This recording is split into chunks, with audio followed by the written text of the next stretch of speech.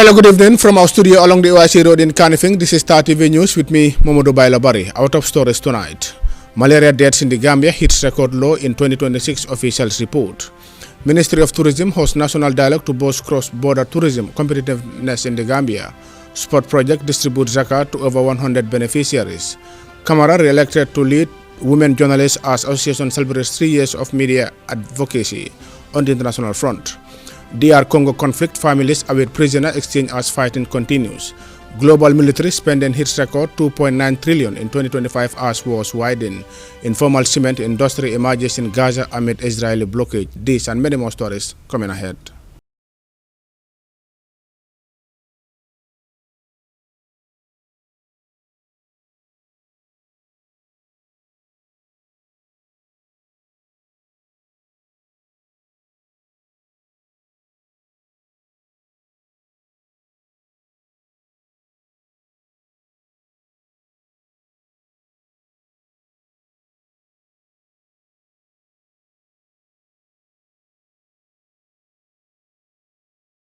And now to the news in detail. This is Star TV News.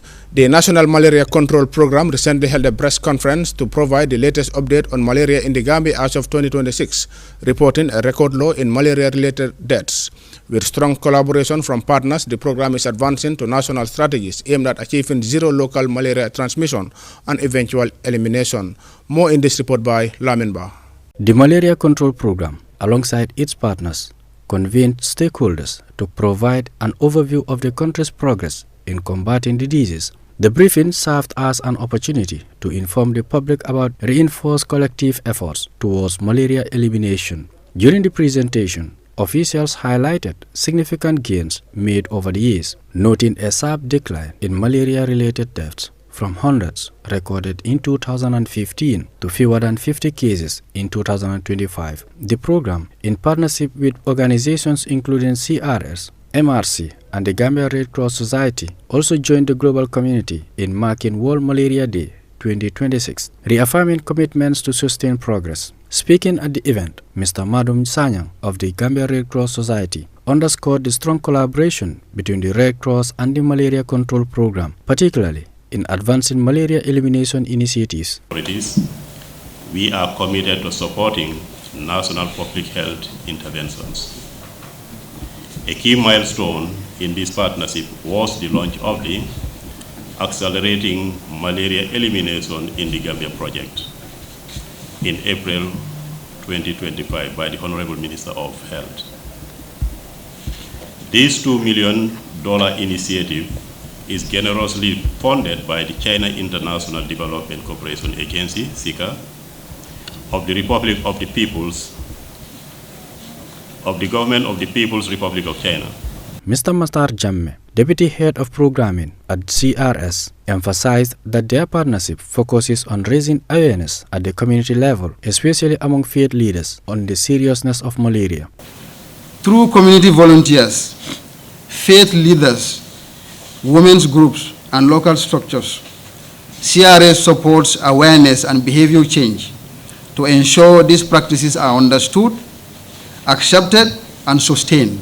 Dr. Usman Binjai, country manager for PAT, noted that the organization has supported health interventions globally for over 2 decades, adding that its collaboration in the Gambia began in 2022 to strengthen national efforts. That collaboration is not just desirable, it is essential. In the Gambia, as a new partner, PAT started in working with NMCP in 2022, providing technical support to malaria elimination activities. And in this, we've supported the National Malaria Control Program to introduce case-based surveillance as one of the key interventions to malaria elimination in the Gambia. And it's actually started in the North Bank regions because of the low cases in North Bank. Dr. Robert Ninsen, WHO Malaria Program Manager, described the commemoration as a moment for reflection, accountability, and renewed commitment in the fight against malaria. World Malaria Day is a moment for reflection, accountability, and renewed commitment it reminds us that malaria is preventable, treatable, and ultimately can be eliminated. It also reminds us that every life lost to malaria is preventable, and that the fight against malaria is fundamentally a fight for equity, dignity, and justice. In recent years, the world has made important progress. Malaria cases and deaths have declined significantly since 2015, saving millions of lives. In 2025, 3 more countries were certified malaria-free, bringing the global total to 47. Permanent Secretary 2 at the Ministry of Health, Lamin Damfa, expressed optimism that the Gambia can achieve malaria-free status, citing ongoing interventions and strengthened partnerships aimed at eliminating the disease. In the Gambia, our collective efforts have yielded significant progress by expanding access to insecticide-treated bed nets and indoor residual spraying, scaling up rapid diagnostic testing and effective treatment, strengthening surveillance systems to guide data-driven decision-making and action, partnering with communities, civil society, and development partners to ensure no one is left behind. Ladies and gentlemen, these achievements are testimony to what is possible when science, policy, and community action comes together. Malaria in the Gambia is declining significantly in cases and deaths, but it is not yet eliminated. The country is in a transition phase from control to elimination, requiring sustained vigilance, funding, and public cooperation. Lamin Ba, Star TV News. The Ministry of Tourism, Arts and Culture in the Gambia hosted a significant national dialogue focused on cross-border tourism facilitation and competitiveness. The event held on Tuesday aimed at building a unified national position to enhance cross-border tourism management. Mariama Demseka reports. This initiative is supported by the European Union through the EU Youth Empowerment Project, targeting tourism and creative industries. Key stakeholders from public and private sectors, along with security institutions, gathered to address challenges in the tourism sector and explore solutions for improving facilitation and competitiveness. Honorable Abdullah Job, the Minister of Tourism, Arts and Culture, underscored the importance of this collaborative effort to identify and remedy obstacles faced by the industry. This dialogue, therefore, provides a timely and strategic platform to collectively examine the operational realities affecting cross-border tourism. The focus on visa and entry facilitation, border operations and security procedures, as well as commercial and tourist operations, reflect a comprehensive and practical approach to addressing the key constraints faced by travelers and tourist operators alike. Lunana Nanashi, representative of the European Union, emphasized that tourism depends on seamless cross-border movement of people, services, and ideas. And for the Gambia, tourism is a strategic asset and borders should be gateways of opportunity. The European Union states promotes regional integration to boost sustainable growth, citing examples from Europe where cooperation between neighboring countries has unlocked tourism potential and expanded markets. For tourism to thrive in today's competitive environment, borders must become gateways of opportunity rather than barriers to movement. Efficient border systems, predictable procedures, safe transport corridors, and visitor-friendly services are essential to attracting and retaining travelers. The European Union strongly supports regional integration and mobility as engines of sustainable economic development. Across Europe, we have seen how cooperation between neighboring countries can unlock tourism potential, create multi-destination travel experiences, and expand market for local businesses. Similar opportunities exist here in West Africa. The EU supports the Gambia through Youth Empowerment Project and regional initiatives like the Team Europe initiative, promoting economic integration with the African Continental Free Trade Area. Collaboration with ECOWAS, it likewise strengthens tourism standards and fosters cooperation. The Gambia also joins the Interreg MAC program enhancing cross-border tourism through networking, innovation and sustainability. In close cooperation with ECOWAS, the EU supports regional initiatives aimed at strengthening tourism standards, building capacity, and fostering collaboration across member states.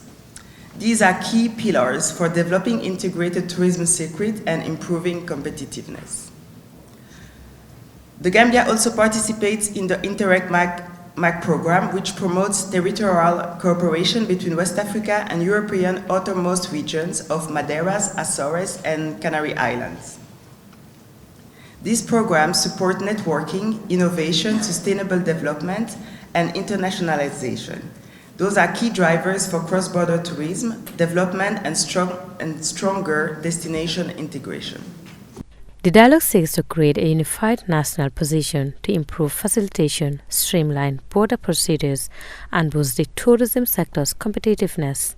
Minister Job urged collective efforts to transform borders into a point of prospect, attract more visitors, and drive economic growth through regional integration.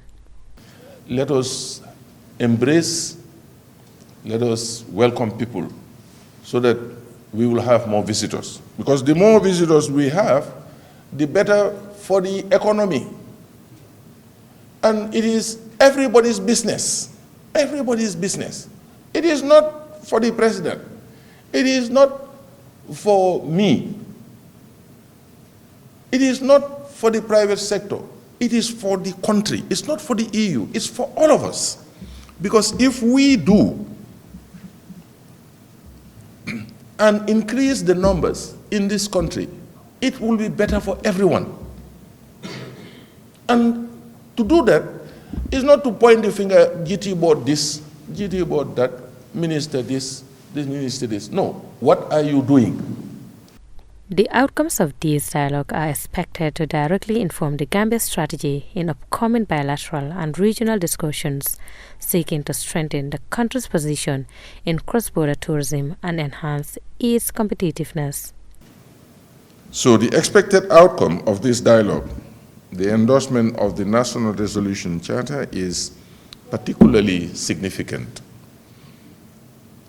This charter will serve as a guiding framework for advancing cross-border tourism engagement, improving service delivery, and enhancing our overall competitiveness. It is therefore essential that the resolution we adopt today are practical and implementable and align with our broader national development priorities.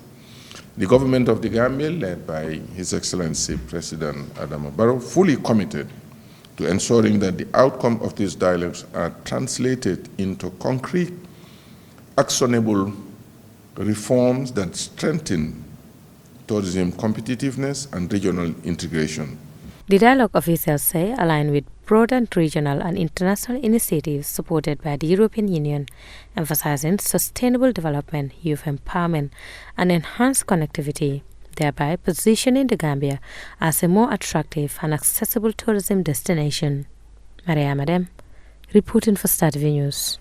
As part of efforts to support vulnerable families across the Gambia, the Sport Project, in collaboration with the Supreme Islamic Council, has distributed zakat to more than 100 people. Each beneficiary received $10,000 under the Zakat Distribution Initiative, aimed at improving livelihoods and supporting those in need. Hadijaju files in this report. The initiative, spearheaded by the Sport Project in collaboration with the Supreme Islamic Council, underscores the importance of zakat, in line with the teachings of the Prophet, as a core pillar of Islam aimed at addressing social inequalities among Muslims. Sheikh Esa Dabo, President of the Gambia Supreme Islamic Council, expressed heartfelt appreciation to donors on behalf of the Council. He noted that their support goes far beyond financial contributions, emphasizing its meaningful impact on the community. Dabo highlighted the importance of the initiative, describing it as a vital step toward improving the well-being of the people.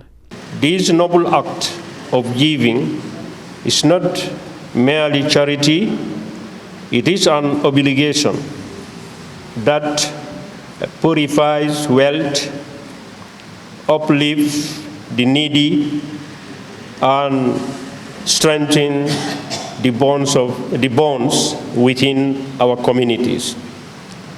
Today's initiative, which will benefit 112 deserving individuals, stands as a practical demonstration of these noble values. A representative of the sport project, Abubakar Damfa, outlined the initiative's background, highlighting its mission to support underprivileged families across the Gambia. He emphasized the project's ongoing commitment to improving livelihoods and providing timely assistance to vulnerable communities. Now, some of the programs that we've been doing over the last 7 to 8 years in the Gambia, alhamdulillah, we own 4 schools, we have an orphanage, we do zakat programs that we're mentioning here today. Also, we sponsor many orphans here in the Gambia. We have a project whereby we call Water is Life, where we do boreholes. We're currently on 217th borehole here in the Gambia. So this is some of the activities that we've been doing over the last many years. Another project we also have added recently, we've been doing for the last 3 years, is Umrah for orphans, where we take orphans to Umrah every single year. A planner at the Ministry of Lands, Regional Government and Religious Affairs, Usainu Konate, also commended the sport project for its financial support of families across the Gambia. He described the initiative as a significant contribution toward improving the livelihoods of vulnerable households in the country. On behalf of the Ministry of Lands, Regional Government and Religious Affairs, and on behalf of the Government of the Gambia and the wider scope, we want to extend our sincere appreciation and gratitude to the sport project for the financial support that they've extended to the communities and the families present here today. The financial support is a significant initiative that is meant that will not only help the families but will also help to provide food on their tables, help in education, and also household stability. Both institutions affirmed their continued commitment to improving the lives of those in need, pledging to sustain efforts to support vulnerable communities across the country. Beneficiaries have expressed heartfelt gratitude for the support provided through the sport project, describing it as timely intervention. Many noted that the assistance comes at a critical moment, as they serve as the primary breadwinners for their families. Kontaan torop ne lii moom sant Yàlla la ba mu bari lu ñu jublu si nit yi ñu jot lii nii lu mel nii am na fu bari fu ñu mën a dimbale si yëfi xale yi ak leneen ak leneen ñu leen di gërëm di leen sant yéen ñëpp. We are very excited to be part of this kind gesture. Receiving this zakat will greatly help us to provide for our families. léegi moom jamono ji loolu moom dafa bari torop léegi si réew mi léegi am na ñoo xam ne ñu ngi ko amee am na ñoo xam ne ñu ngi sonn suñ classe yi am na ñoo xam ne seen papa yaa ngi jiitu xale yaa ngi si kër gi ñu ngi si fay luwaas bi suñ classe yi fay luwaas ak xale yi dem school lépp mu ngi fa ta ñu ngi denda kenn amul pour xool pour dimbale ñoo xam ne ñoo tene ñu amut. Be dingol men yalon ko ala e harje fenna ay harje na fulola sila jakol bondinole. I thank Allah and send salutation to His Prophet Muhammad, peace be upon him. I also want to commend the sport project for zakat given to us. I also want to call others who are blessed in wealth to emulate this noble gesture as mandated by the Most High Allah. Utonim banko na fulutiolu afentiolu ikafuta nyoma ikajako bondi ko anyanta bondi la nyaming mol men fana yalon koy bulobe dasarin ifanansi kontano soto. Meanwhile, the initiative serves as a powerful reminder of the importance of community support and the pivotal role of zakat in Islam. In line with the teachings of the Prophet, zakat continues to promote compassion, social justice and shared responsibility within the Muslim community. For Star TV News, I am Hadijajo. A major milestone for gender representation in the Gambian media was marked this past weekend as the Women Journalists Association of the Gambia successfully concluded its elective congress and annual general meeting under the theme reporting boldly, leading fearlessly women journalists shaping Gambia's democracy. Members gathered at Hyperlink to reflect on a transformative 3-year term and decide the future of the association's leadership. The day ended with a strong mandate for continuity as incumbent President Anita Kamara was re-elected to lead the charge for another term. Ajifatu Jallo tells us more. It was a weekend of reflection and renewal of women in Gambian media, following 3 years of intensive advocacy, from the Empower Her Voice project to critical safety trainings for female reporters. WAJAC members returned to the polls to cement the association's future. Re-elected President Annette Camara reaffirmed that WAJAC belongs to every woman, regardless of portfolio, as long as they are practicing journalists in the Gambia. But for the record, the name tag Women Journalists Association does not belong to me, does not belong to Banna, nor does it belong to Khadija Boko. It belongs to every woman and girl in the media landscape, irrespective of who you are, where you are, what you do. Whether you're a photographer, a videographer, an editor, a reporter, a presenter, a community radio journalist, a newspaper, and online, as long as you are a woman and you are a practicing journalist, even if you are a sports photographer, you are part of the Women Journalists Association by virtue of the position of being a woman and in the media. During the session, Ms. Kamara highlighted some of the association's significant strides since 2022. To the current membership of the Women Journalists Association, the current leadership, we say a very special thank you to the force team that was here. Myself, my Vice President Loli, who is actually a sister, and to the Secretary General, Banna, the Assistant Secretary General who went for her Masters and never came back, Ajibin Tundao, formerly of QTV, and of course to the Treasurer, Adam Job, and the COPTET members, Khadija Bokum and Aisatu MS Ba. These initiatives have trained dozens of women on physical and online safety, providing a much-needed shield in an increasingly digital landscape. The Gambia Press Union also lent its way to the event. Serif Sedikan, Vice President of the Gambia Press Union, praised WAJAC, describing the Congress as a bold initiative and a vital step toward a more inclusive and professional media industry. The Gambia Press Union has over the past years invested heavily in the welfare of women journalists. Therefore, we recognize the significant work of women journalists to the development of the media industry. We also recognize the significant effort of leading women journalists in the media organizations and various media outlets. As the new executive tax office, WAJAC remains the vanguard for women in media, with a fresh mandate and a proven track record of securing international grants and local partnership. The association is poised to continue its mission of ensuring that the women who report on the nation's democracy are equally empowered to lead it. For Star TV News, I am Ajifatu Jallo. If you're just tuning in, you're watching Star TV News. We are broadcasting live from our studio along the OIC Road, formerly the Battle Hardin Highway, and now to news beyond our borders. Families in Eastern Democratic Republic of Congo are holding on top as a planned prison exchange between the government and My 23 movement raises the possibility of reunions with detained loved ones.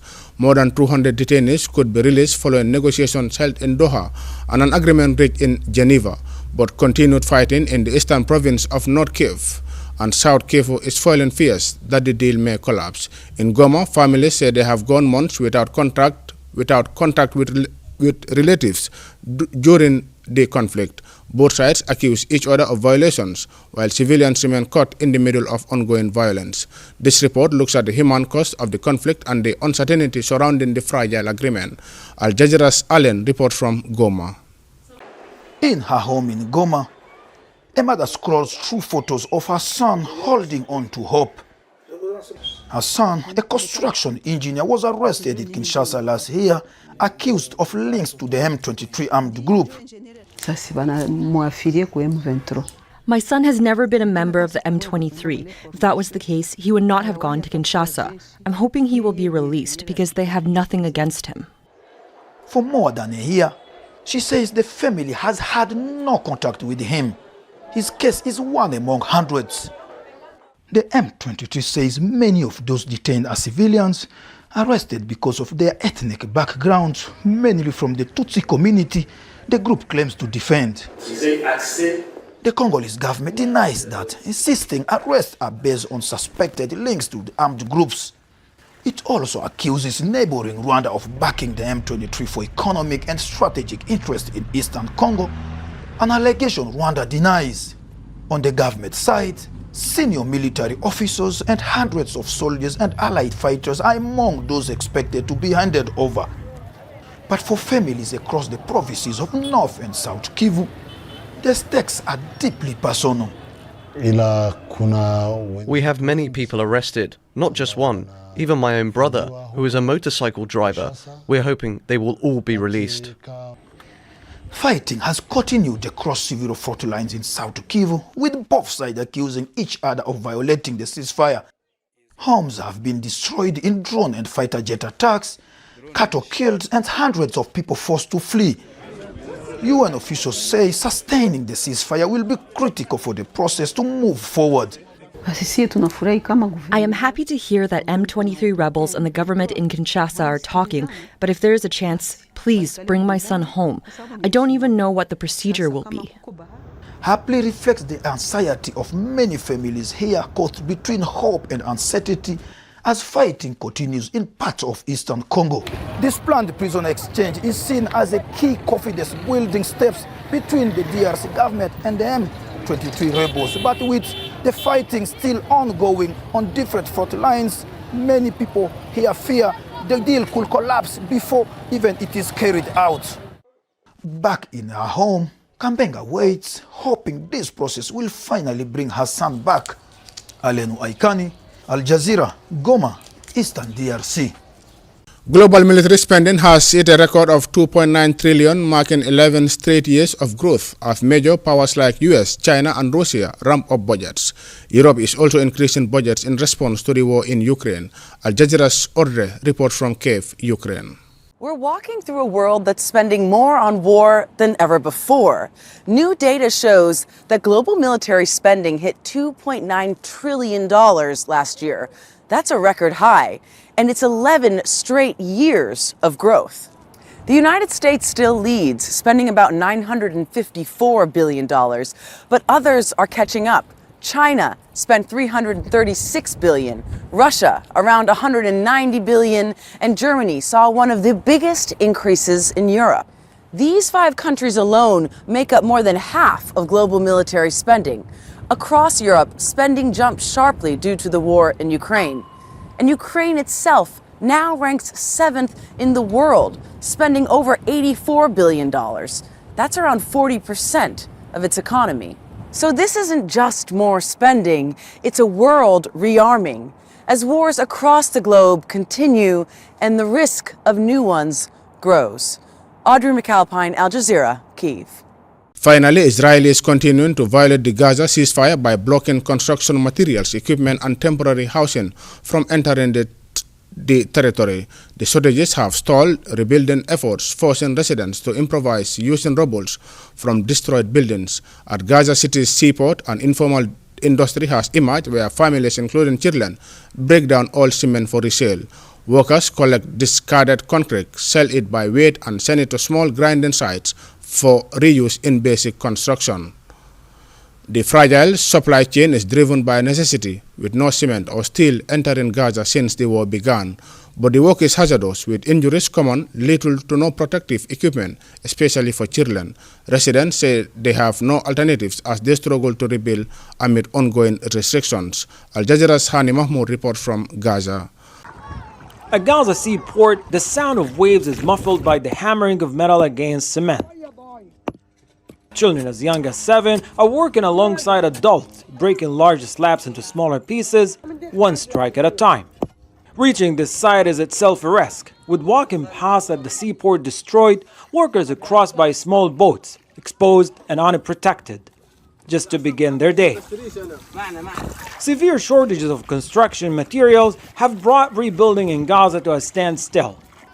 But people here have come up with a way to reuse some of the rubble of what has been destroyed in the war. We came up with this idea when we used to go to the area of the Egyptian towers and find old blocks of concrete.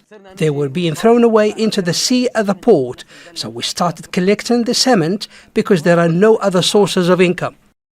What you see is an entire informal supply chain. Families break down the cement, sell it by the weight, $1 per kilo, and send it onward to grinding site.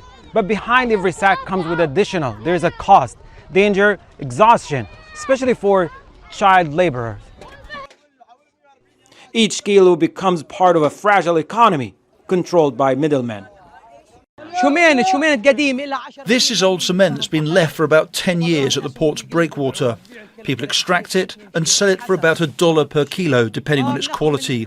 We buy it from them and transport it to the crushing plants, making a profit of 10 cents per kilo. At smaller grinding sites, the fragments are crushed into powders and used instead of cement in basic construction. People have no other choice. The reason is clear. There is no cement available in the country. The crossings have been closed since the start of the war and nothing has been brought in. No cement, no steel, nothing. So we've resorted to this method as a temporary alternative solution. The work is dangerous. With every strike of a stone, dust fills the air. Injuries are common and protective equipment is almost non-existent. Children bear part of this burden, working long hours in hazardous conditions. But in the absence of materials, people are forced to build from what remains. Hani Mahmoud, Al Jazeera, from Gaza City, Palestine.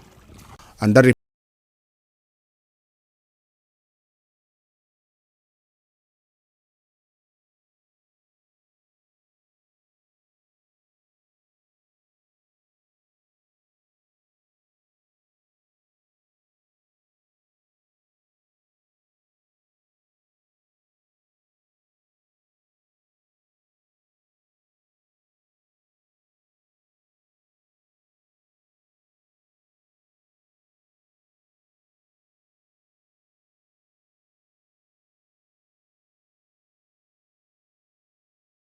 emerges in Gaza amid Israeli blockade.